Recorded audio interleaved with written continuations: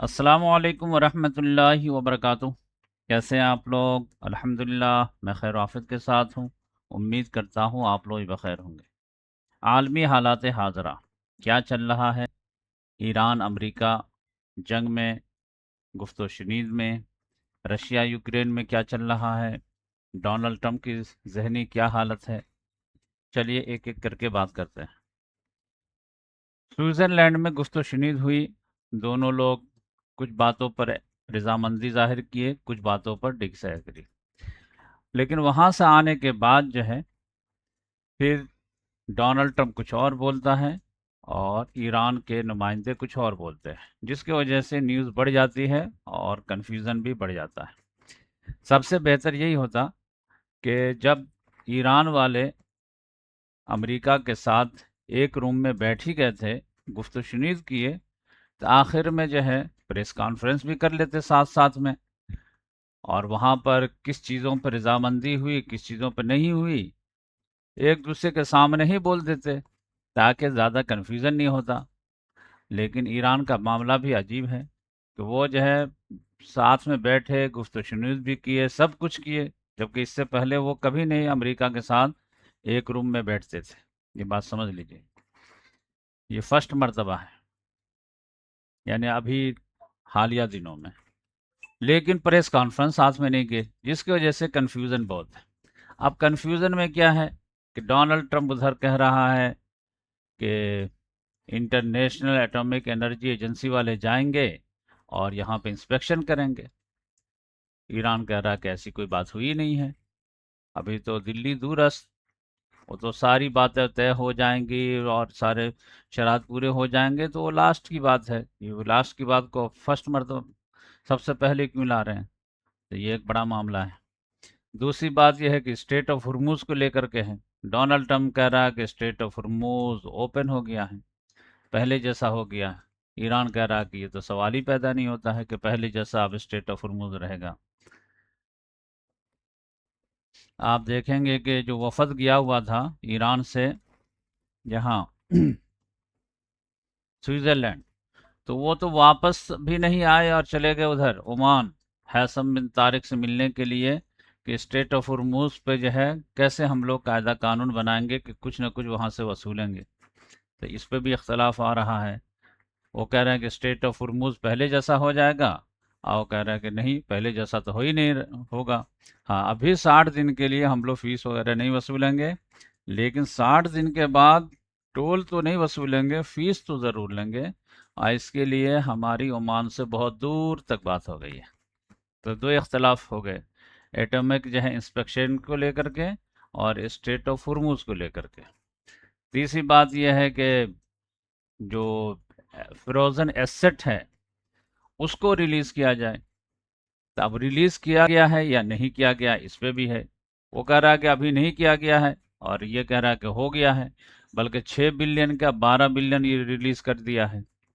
अब रिलीज करने से मुराद ये है कि अमेरिका साइन कर दिया होगा कि दे दो, और ये लोग जो है अब दे रहे होंगे। ये तो गल्फ वालों को देना है, अलग अलग मुल्कों में। ये फ्रोजन एसेट जो है ये बहुत पुराना पुराना है।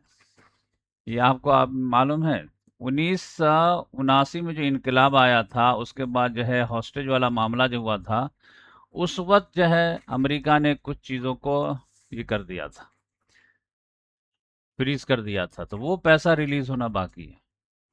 एक 1984 का है, वो मांग है। एक 2006 का है, वो ये है। अब ये सब जो है जेसीपीओ वाले में जो है 2015 में जो मायदा हुआ था, तो उसके तहत ये सबको जो है फ्रीज करना था। लेकिन ये सब टाल मटोल करते करते 2018 आ गया था, और ये पुराना पुराना जो है रिलीज नहीं किया। अब फिर 2015 से जो ये बेचना शुरू किया था ईरान, 2018 तक, तो अब इंडिया को बेच रहा है, किसी और को बेच रहा है, तो बेचने में तो उधार वगैरह रहता ही है। और डोनाल्ड ट्रंप अचानक कह दिया कि बंद, तो उसके वजह से और पैसा रह गया। तो समझिएगा 100-200 बिलियन जो है इसका फ्रोजन एसेट, उसमें से 12 के बारे में बात हो रही है कि जल्दी से रिलीज करो। अब ईरान तो कह रहा है कि रिलीज कर दिया है, अमेरिका कह रहा है कि रिलीज करेंगे। उसमें भी यह है कि जेडी वेंस कह रहा है अपने पब्लिक को कि घबराने की बात नहीं है, ये पैसा जो है ईरान के हाथ में नहीं जाएगा, क्योंकि ये बहुत इमोशनल मामला है कि भाई न्यूक्लियर बम तो बहाना है ना, ईरान को असल तो कमज़ोर करना था, तो उसके लिए तुम बमबारी करने गए थे, तो तुम तो पैसा थमा करके और उसको मजबूत कर रहे हो, क्योंकि इतने सालों से बम तो 28 तारीख से गिराना शुरू किए ना, इससे पहले क्या कर रहे थे, उसको कमज़ोर कर रहे थे सैंक्शन वगैरह लगा करके, कि सैंक्शन वगैरह लगा करके कमज़ोर कर दो, लास्ट में एक धक्का दो, गिरा दो। तो ये 40 साल से जो कर रहे थे, फिर धक्का दिए तो तुमको जो है लगा कि नहीं अभी मजबूत है, तो फिर वही फॉर्मूला पे चलना चाहिए था कि और कमज़ोर करना है, और कमज़ोर करना, और कमज़ोर करना है, और थोड़ा ज़्यादा ताकत से धक्का देना है। तो अभी तो तुम जो है एसिड दे करके उसको तो और जो है दूध पिला रहे हो। अब उसके लिए जो है जेडी वेंस कह रहा है कि नहीं नहीं, वो पैसा वो उधर जाएगा ही नहीं। हाँ, वहाँ की जनता को कुछ राहत हो जाएगी, क्योंकि पाकिस्तान वगैरह कहना था कि बहुत ज़्यादा जो है भुखमरी है, लोग खाने के वांदे हैं, दवा नहीं है, ये नहीं है, वो नहीं है, जंग की सूरत हाल है, इतने सालों से पाबंदी है, कुछ ना कुछ पैसा दे देते तो अच्छा रहता। हम कहा ठीक है दे देते हैं, तो उसी पैसा से जो है यहाँ के किसानों से अनाज खरीद लें और दवा वगैरह खरीद लें, तो वो पैसा घूम फिर कर इधर ही आ जाएगा। अब इधर जो ईरान वाले कह रहे हैं कि ये सब कोई बात ही नहीं है, बकवास है, ये बेवकूफ़ बनाना है वहाँ के आवाम, यानी ये अमेरिकन जनता को। तो इस पे भी इख्तलाफ है, स्टेट ऑफ हॉर्मुज़ पे इख्तलाफ है, इंस्पेक्शन पे इख्तलाफ है, एसेट रिलीज पे इख्तलाफ है, उसके यूटिलाइजेशन पे इख्तलाफ है, तो इख्तलाफ ही इख्तलाफ है। अब इसके बाद जो है इत्तेहाद इस बात पे है कि लेबनान में जो है, जो समझे कि डी कॉन्फ्लिक्शन जोन जो बनाना है या इदारा जो बनाना है, इस पर रजामंदी है कि हाँ यहाँ पर जो है सीज फायर जो है वो बरकरार रहे, और इसराइल जो है यहाँ पर कुछ गड़बड़ी ना करे। ये जो है इसराइल के लिए मुसीबत है कि जहाँ पर इख्तलाफ होना चाहिए वहाँ पे इख्तलाफ नहीं है, जहाँ पे नहीं होना चाहिए वहाँ पे इख्तलाफ है। तो अब इसराइल करे तो करे क्या, तो अपने फौजियों को जा कर के जो है कह रहा कि कोई भी अगर हम देखो तुम लोग सेल्फ डिफेंस में यहाँ पर रहो, कोई भी तुम पे हमला करे तो बर्दाश्त ना करो। अब खिसियानी बिल्ली खंबा नोचे वाली बात है। लेकिन कल भी मामला ये हुआ है कि 2 लोगों को शहीद कर दिया साउदर्न लेबनान में। उसकी वजह क्या है कि ये साउदर्न लेबनान में जो इसराइल के फौजी मार दिया गया, तो उसकी वजह से गुस्से में आ गया। तो जे डिवेंस ने कहा कि वो इसराइल का गुस्सा उतरते उतरते उतरेगा, तो धीरे धीरे थोड़ा बर्दाश्त करो, कोई मसला नहीं है। अभी बेंजामिन नेतन्याहू के पास कोई ऑप्शन भी नहीं है, तो वो तो मौके की तलाशी में है, तो कभी कभार वो गुस्सा निकाल दे तो कोई ऐसी बात नहीं है। तो ये सूरत हाल है। और यहाँ पे आप देखेंगे कि जो है ईरान का जो है सदर वो पाकिस्तान गए, मसूद पेज़ेश्कियान साहब, और वालिहाना इस्तकबाल हुआ, शानदार, ऐसे जैसे किसी फाते का इस्तकबाल होता है। और शहबाज शरीफ जो है 21 तोपों के सलामी के साथ जो है समझ जाइए कि एयरपोर्ट ही भी जाकर के मिलने गए, मतलब शानदार इस्तकबाल और फातिहाना इस्तकबाल। अब इतनी जल्दी जाने का मकसद क्या था? मेरे हिसाब से जाने का मकसद एक रहा होगा कि इस्तकबाल वगैरह जाने दो, जल्दी से ये करो जो हमारे तुम्हारे दरमियान मुआहदा हुआ था पाइपलाइन का, गैस पाइपलाइन का, तो यहाँ तुमने अपने हिस्से का बना दिया था, तुम्हारे हिस्से का बनाना बाकी है। अब तुमको अमेरिका ने रोक दिया कि ईरान के साथ पाबंदी है, तुम कैसे बनाओगे, तो तुम रुक गए। तो अब जब इजाज़त मिल गई है तो 60 दिन की इजाज़त है, तो जल्दी से बना लो। एक मरतबा बन जाए तो फिर उसको रोकना मुश्किल होता है। तो वो देखे कि इस अपॉर्चुनिटी का फ़ायदा पाकिस्तान उठा पाता है या नहीं उठा पाता है। और इसके बाद अगर बात करें तो सबसे बड़ी बात जो है वो लास्ट में मैं बोलता हूँ, डोनाल्ड ट्रंप को बहुत बड़ा झटका लगा है और उसका दिमाग काम नहीं कर रहा। उसकी भतीजी भी बोल रही है कि पता नहीं चचा जान को क्या हो गया है, कभी भी रात में उठ करके ट्वीट करना शुरू कर देते हैं सोशल मीडिया पे कि मार देंगे, ख़त्म कर देंगे, ये वो। तो उनके जो है डॉक्टर से भी कंसल्ट करना चाहिए कि उसका जहनी तवाज़ुन ठीक है या नहीं है, या अर्ज़िल उम्र तक तो नहीं पहुंच गया है, कि सठिया तो नहीं गया वो, उसको खुशी मिल भी नहीं रही है। कभी जॉर्जिया मेलोनी से लड़ जाता है, कभी फ्रेडरिक मर्स से लड़ जाता है, कभी एमेनुअल मैक्रोन से लड़ जाता है, कभी शी जिनपिंग की इज्जत करने लगता है, कभी मोदी को कुछ कह देता है। तो अपना पराया, पराया अपना वाली बात हो गई है। अभी एक बड़ा झटका लगा है, तो उस पर लास्ट में बात करेंगे, थोड़ा इसको बात कर लेते हैं। यहाँ पे जो है पोलैंड और यूक्रेन में जो मैं बताया था कि बहुत ज़्यादा तलखी हो गई है, और समझ जाइए कि ज़ेलेंस्की जो है दुखी है कि हमको अवार्ड दे करके वापस ले लिया गया। तो अब पोलैंड में जो है एक बहुत बड़ा जो है इजलास हो रहा है, रिकवरी फंड, यानी पोलैंड जो है इजलास कर रहा है यूक्रेन ही के लिए, ताकि यहाँ पर जो है बड़े बड़े लोगों को बुलाया जाए और उनको जो है सही सूरत हाल से आगाह किया जाए यूक्रेन के ताल्लुक से, और फिर लोग जो है चंदा वगैरह दें यूक्रेन को। तो उसमें तो यूक्रेन का सदर का होना ज़रूरी था ताकि वो बात रखता, लेकिन वो नाराज़ हो गया कि नहीं, आपके सदर साहब जो हैं हमारे साथ अच्छा सलूक नहीं किए हैं, लिहाजा हम इसमें आएंगे ही नहीं। लेकिन ये भी नहीं है कि बाइकआउट करेंगे, अपने प्राइम मिनिस्टर को बोला कि उसको भेज देते। तो इस लाश से तलखी समझ जाइए कितनी है।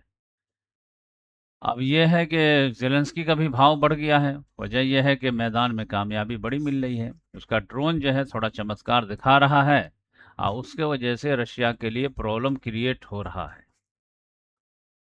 और रशिया के पास जो है ऑप्शन बहुत कम है, उसके पास तो बस ऑयल गैस वगैरह था जो बेचता था और मलाई खाता था। अब ऑयल रिफाइनरी को इतना ज़्यादा टारगेट किया गया है कि वो समझ जाइए कि 60% ही बच गया है।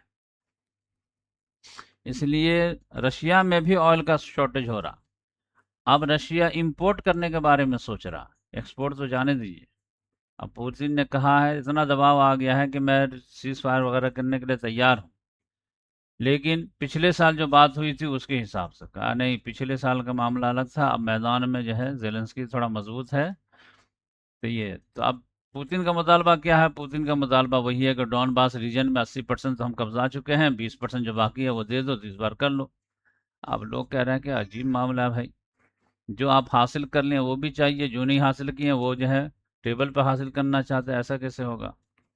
अब उस चक्कर में देखिए, अब इन लोगों को उम्मीद है कि हम रशिया को तो नहीं हरा पाएंगे, लेकिन रशिया पे दबाव इतना ज़्यादा डाल देंगे कि वहाँ की पब्लिक खुद ही पुतिन को उठा के फेंक देगी। वो लेकिन कब फेंकेगी? जब दर्द महसूस होगा। दर्द कब होगा? जब जो है ये बुनियादी ज़रूरियात पर जो है उसको टारगेट किया जाएगा। तो इस चक्कर में है वो लोग, देखिए कौन पहले जो है सब्र का पैमाना खोता है। तो रशिया के लिए भी मुसीबत है, क्योंकि ये ड्रोन एक पर एक बना लिया, लॉन्ग रेंज ड्रोन, ये वो फलाने का। तो जो कब्जा करके रखे हुआ है उसको भी जो है मतलब जी बरकरार रखना मुश्किल हो रहा है। लेकिन रशिया का मानना यह है कि ये 4 जगह है जहाँ पर फतह नहीं हो रहा, इसमें से 2 भी जल्दी से फतह हो जाए ना तो 2 धड़ाम से खुद ही गिर जाएगा फ्रंट लाइन जो है। लेकिन वो हो नहीं रहा, उस चक्कर में जो है वो पड़ा हुआ है। तो देखिए कि मामला क्या होता है धीरे धीरे। अब यह है कि यूके की अगर बात करें तो यूके में जो है नया प्राइम मिनिस्टर की तैयारी जारी और सारी है। 9 जुलाई तक जो है नाम पेश करना है, उसके बाद जो है वो प्रोसेस शुरू हो जाएगा। तो जुलाई में जो है यूके को 7वां प्राइम मिनिस्टर मिल जाएगा। ज़्यादा चांस ये है कि वो एंड्री बर्नर वही बनेगा। अब बात करते हैं इसके ताल्लुक से कि डोनाल्ड ट्रंप को जो झटका लगा है, थोड़ा तफसील से मैं बताता हूँ। मामला यह है कि सेनेट से पास हो गया है वॉर पावर रेजोल्यूशन, ये डोनाल्ड ट्रंप के खिलाफ। आसान लफ्ज़ों में कहा जाए कि अमेरिका की जो कांग्रेस है, जिसको पार्लियामेंट समझिए, तो वहाँ के पार्लियामेंट ने एक कानून पास किया है कि ईरान के खिलाफ डोनाल्ड ट्रंप अपनी मर्जी से जंग का दोबारा आगाज़ नहीं कर सकते। अगर जंग करनी है तो पहले कांग्रेस से पूछिए, कांग्रेस से इजाज़त मिलेगी तभी आप जंग का आगाज़ कर सकते हैं। ये 1973 ही में ये लोग कानून बनाए थे कि किसी भी जो है प्रेसिडेंट को इतना पावर ना दे दो कि वो जिधर मुंह उठाए या जाकर के जंग शुरू कर दे और फिर अपने लोगों को मरवा दे और जो है माली खसारा करा दे।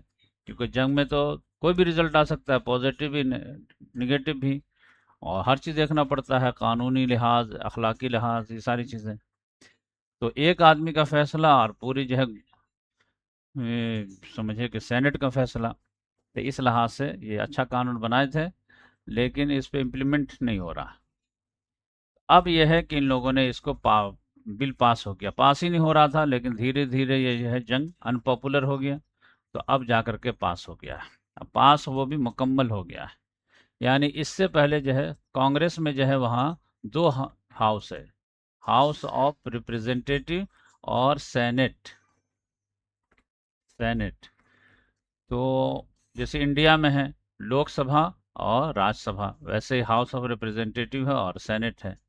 तो हम लोगों के यहाँ जो है हाउस ऑफ रिप्रेजेंटेटिव में जो है 543 होते हैं, यहाँ पर जो है 335 है, 435, 435 आया। हमारे यहाँ 543 है, 110 ज़्यादा है।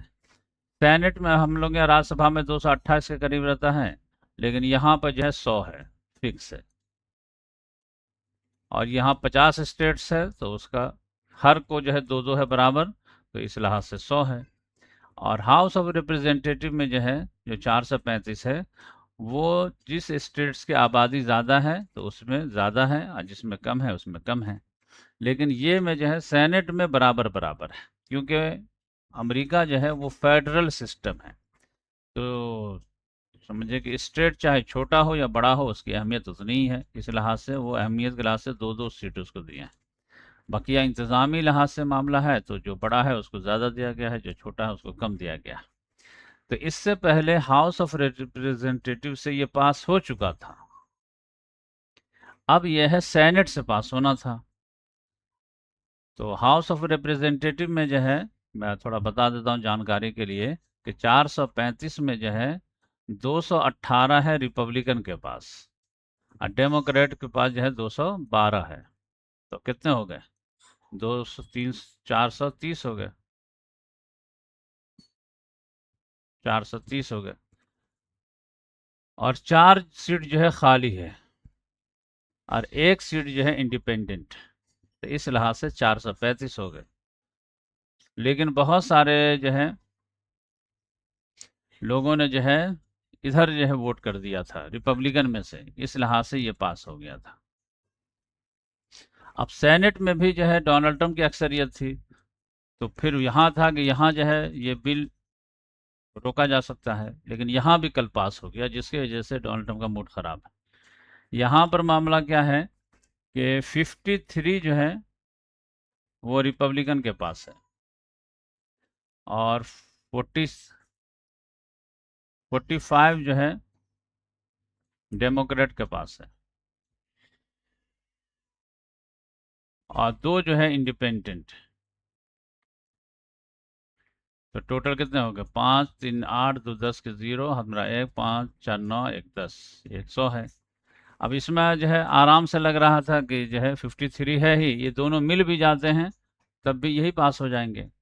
लेकिन कल हुआ क्या? कल हुआ कि डेमोक्रेट में से जो है एक इधर चला गया, तो ये कितने हो गए? 54 हो गए। और ये जो है एक घट गया, तो ये समझिए कि 45 का 44 ही रहा। फिर अगर ये दोनों मिला दिया, दोनों इसी को दिए, आमतौर से इसी को देते हैं, तो ये समझिए 46। तो समझिए 54 और 46 होना चाहिए था। लेकिन हुआ क्या कि 4 इधर आ गए, एक डेमोक्रेट वाले रिपब्लिकन की तरफ गए, तो 4 रिपब्लिकन दोनों इधर आ गए। तो अब 4 अगर इधर आ गए तो ये कितना हो जाएगा? 54 में से 4 घट जाएगा, तो 50 होना चाहिए था। और अगर ये 46 है तो इसमें 4 इधर जोड़ देंगे तो ये 50 होना चाहिए था। तो 50-50 ड्रॉ हो जाना चाहिए था। लेकिन हुआ क्या कि इनके जो समझिए कि 53 थे, उसमें से 4 तो इधर आ गए और 2 एब्सेंट हो गए, बोले कि हम वोट ही नहीं करेंगे।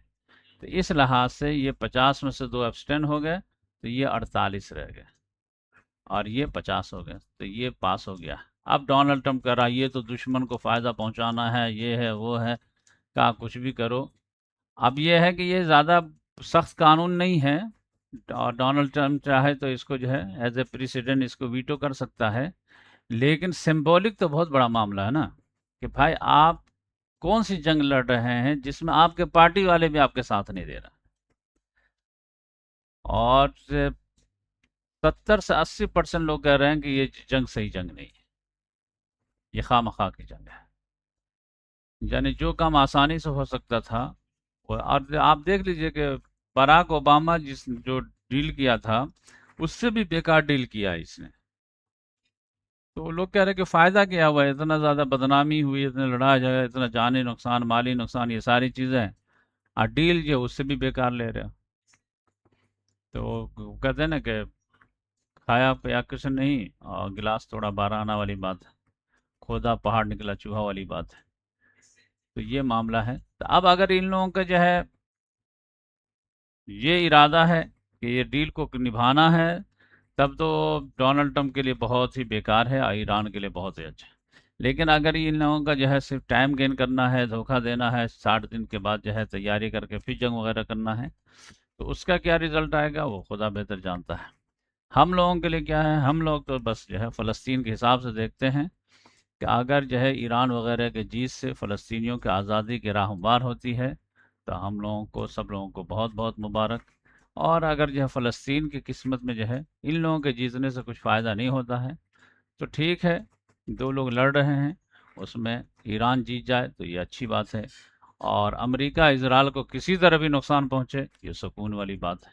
जज़ाकल्लाह।